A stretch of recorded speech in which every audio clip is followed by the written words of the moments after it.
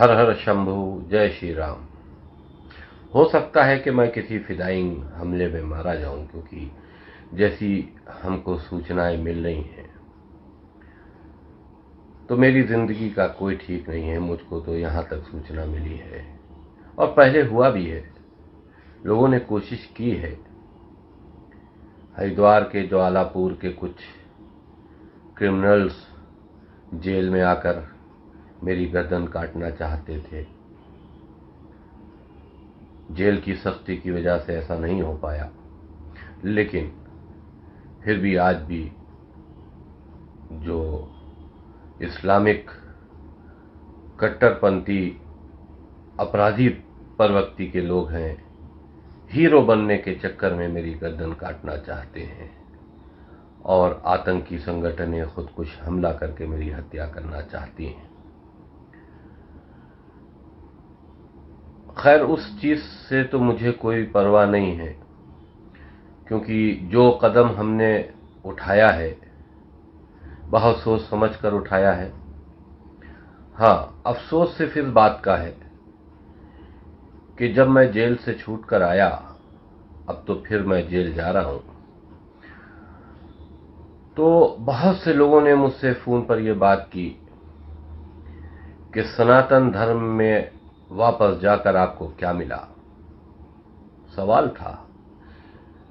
मैं समझता हूं, जिस वक्त आतंकी गतिविधियों से, इस्लामिक जिहाद से और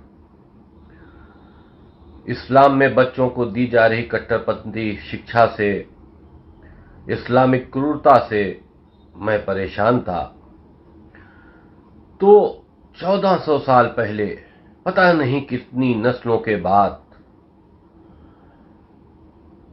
हम अपने घर वापस हुए और घर वापसी करके हमने सनातन धर्म को कबूल किया, क्योंकि सनातन धर्म से हम पहले से ही प्रभावित थे। भगवान महादेव, भगवान श्री राम, देवी देवता, भगवान श्री कृष्ण और खास करके हिंदू संस्कृति, जिस तरह से हिंदू समाज में लोगों के अच्छे विचार हैं, अच्छे रवैये हैं, तो उससे हम पहले से प्रभावित थे। तो हमने घर वापसी को सही समझा, आज भी सही समझता हूं। लेकिन थोड़ा सा अफसोस ये हुआ कि मेरे साथ एक ऐसा रवैया अपनाया गया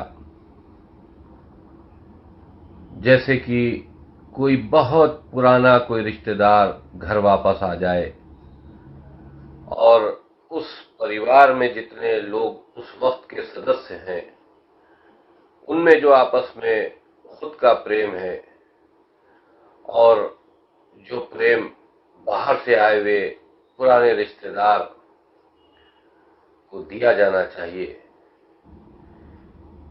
पता नहीं क्यों हमको नहीं लगता कि हमको वो प्यार और मोहब्बत मिली। मैं आज खुलकर इसलिए बात कर रहा हूं क्योंकि मेरी जिंदगी का कोई ठीक नहीं है। मैं बहुत डिप्रेशन में भी हूं। हो सकता है दुश्मनों से मरने से बेहतर मैं ये फैसला करूं कि मैं अपने जीवन को खुद समाप्त कर लूं, लेकिन मैं सनातन में हूं और मरते दम तक सनातन में ही रहूंगा।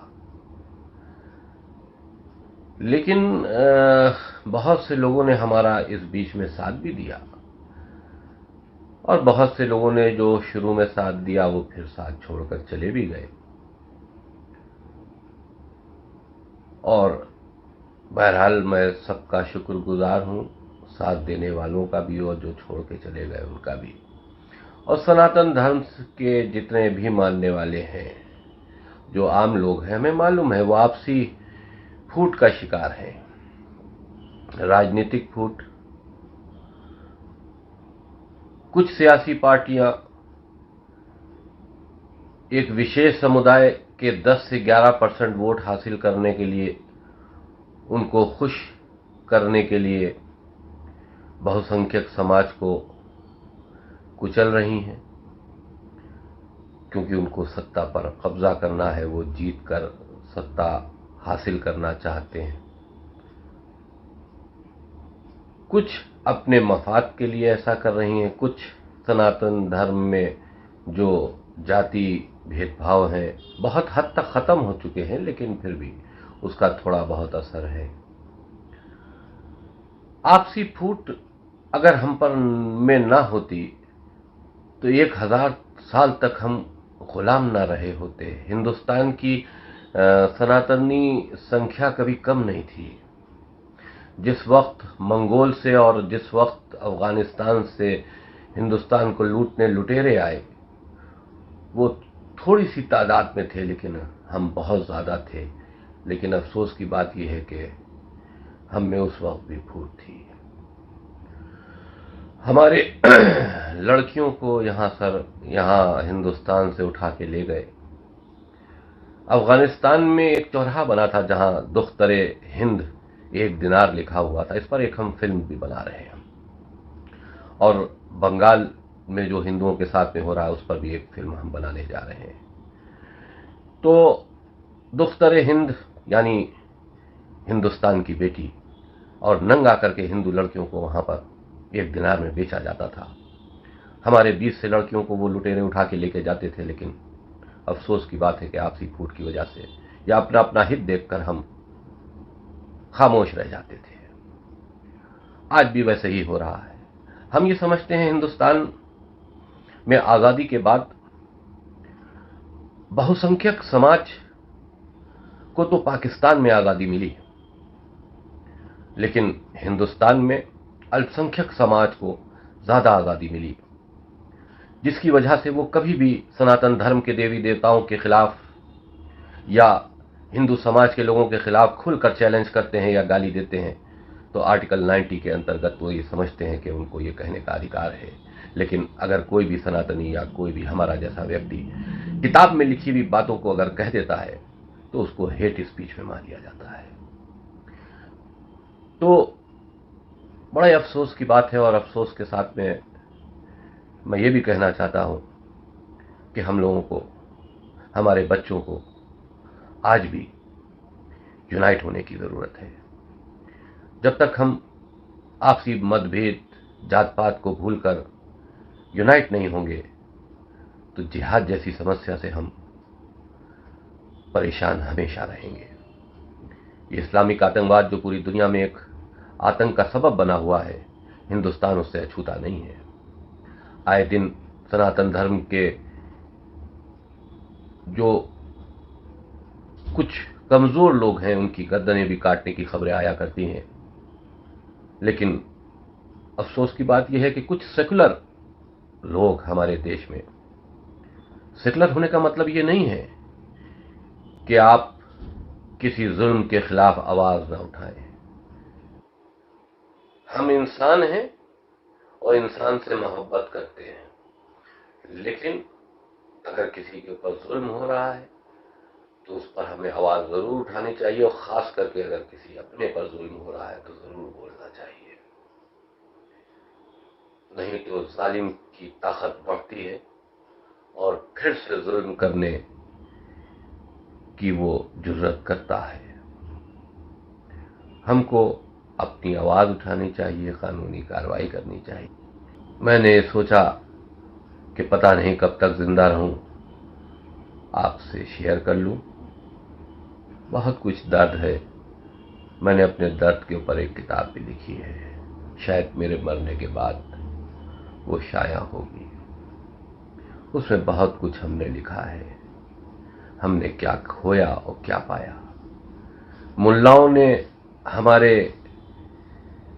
खिलाफ प्रोपेगेंडे किए, हमारी पीठ पर एक लंबी फेरिस्त चिपका दी उन अपराधों की जो अपराध हमने किए ही नहीं, क्योंकि हम आतंकी मानसिकता का शिकार हो चुके थे। जब से हमने समाज में बदलाव की बात की थी, तब से कट्टरपंथी विचार रखने वाले मुल्ला हमारे खिलाफ हो चुके थे। सरकारी मददों से उन्होंने हमारे खिलाफ पता नहीं पूरे देश में कहां कहां फर्जी मुकदमे लिखवाए, और वो लिखे भी गए, और मैं उस गुनाह में शामिल नहीं हूं। लेकिन फिर भी ये कानून है, अगर मुकदमे लिखे गए हैं तो हमें अपना पक्ष रखना है। जब तक जिंदा हूं तब तक सनातन के लिए लड़ूंगा। मेरा फैसला सनातन धर्म में वापस आने का बिल्कुल सही था।